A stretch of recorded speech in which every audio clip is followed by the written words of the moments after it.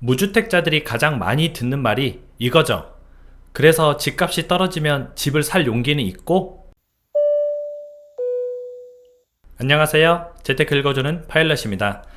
유주택자가 보통 무주택자를 놀릴 때 많이 하는 말입니다. 친구들 사이에서 그렇게 놀릴 수도 있지만 요즘은 사이버상, 인터넷상에서 상대방을 비하하는 표현으로 그렇게 많이 쓰죠.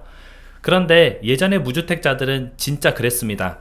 살 용기가 없었어요. 용기도 없었고 기회를 잘 볼 줄도 모르고, 그러다 보니까 많은 기회들이 있었지만 그 기회를 흘려보낸 거죠. 그런데 요즘 무주택자들은 예전 무주택자들과 완전히 다릅니다. 많이 알고 있고 많이 준비를 하고 있는 거죠. 대부분 그렇게 준비를 하고 있고요. 여러분도 이 대열에 좀 합류를 하셔야 됩니다. 제가 저번에 말씀드린 대로 우리나라의 무주택자는 40%에서 50%를 왔다 갔다 한다 그랬죠. 그 중에서 이제 10% 가량이 샀다 안 샀다 하면서 유주택자와 무주택자 포지션을 왔다 갔다 하는 거죠. 나머지 40% 무주택자는 정말 살 마음도 없고 살 여력도 안 되고 아예 생각 자체를 못 하시는 분들이 많이 있어요. 그런데 여러분들이 만약에 이 10% 안에 포함이 돼 있다면은 이번 기회를 잘 노리셔야 됩니다. 이번에 오는 기회는 아마 다시 향후 10년, 20년 안에 오기 힘든 기회예요. 역사상 항상 기회는 왔었습니다. 1998년 IMF 때도 왔었죠. 그리고 2008년 서브프라임 때도 왔었습니다. 그리고 코로나 때 기회라고 좀 표현하긴 그래요. 물론 주식에서 보면 좀 기회였지만 부동산에서는 뭐 그렇게 기회는 아니었습니다. 하지만 뭐 폭등 전인 18년도, 19년도도 기회였죠. 그리고 어떻게 보면은 다가오는 이제 2023년, 2024년 이럴 때가 또 기회가 될 수 있습니다. 전 세계적으로 집값이 내려가고 있는 이런 상황에서 우리가 좀 관심을 가지고 지켜보고 있다가 집을 산다면은 여러분들이 무주택자에서 유주택자로 좀 바뀔 수가 있고요. 유주택자 분들도 좋은 집으로 이사를 한다면은 한 단계 업그레이드 할 수 있는 기회가 되겠죠. 그래서 유주택자들이 무주택자를 놀린다고 해서 기분을 나빠할 게 아니라, 무주택자들이 이제까지 주택 구입에 좀 관심이 없었고 부동산에 관심이 없었던 것은 사실이구나. 그렇다면은 나는 그들과 다른 무주택자가 돼야겠다, 이렇게 생각을 해야겠죠. 그 다른 무주택자라는 것이 언젠가는 주택을 가질 유주택자가 돼야 된다는 뜻입니다. 그러기 위해서는 정말 많은 노력을 해야 되고요. 관심을 가져야 됩니다. 많은 시간을 쏟아야 돼요.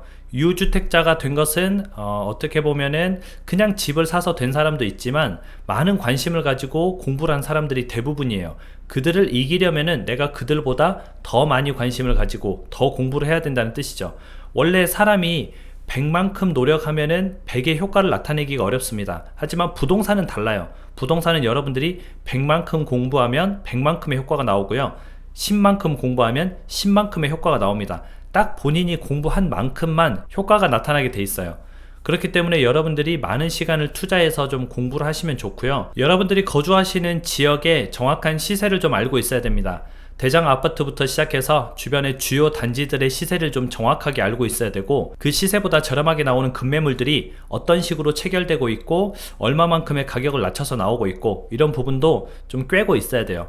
그래서 네이버 부동산 같은 경우도 계속 찾아봐야 되고, 근처에 좋은 부동산이 있다면은 자주 드나들면서 커피도 한잔하고 지나갈 때 도너츠도 한 번씩 사드리면서 약간은 친목을 좀 쌓아두는 그런 것도 필요해요. 그래서 정말 급매가 나왔을 때 저 급매 살 의향이 있거든요, 돈은 있거든요, 그러니까 진짜 급매 나오면 연락 한번 주세요, 이렇게 말할 수 있는 사람이 돼야 된다는 거죠. 보통은 이런 하락기 때 관심도가 많이 줄어든다 그랬잖아요. 그런데 관심도를 늘려야 돼요. 여러분들이 집을 1억이든 3억이든 5억이든 싸게 사게 되면은 그만큼의 이득을 보는 겁니다.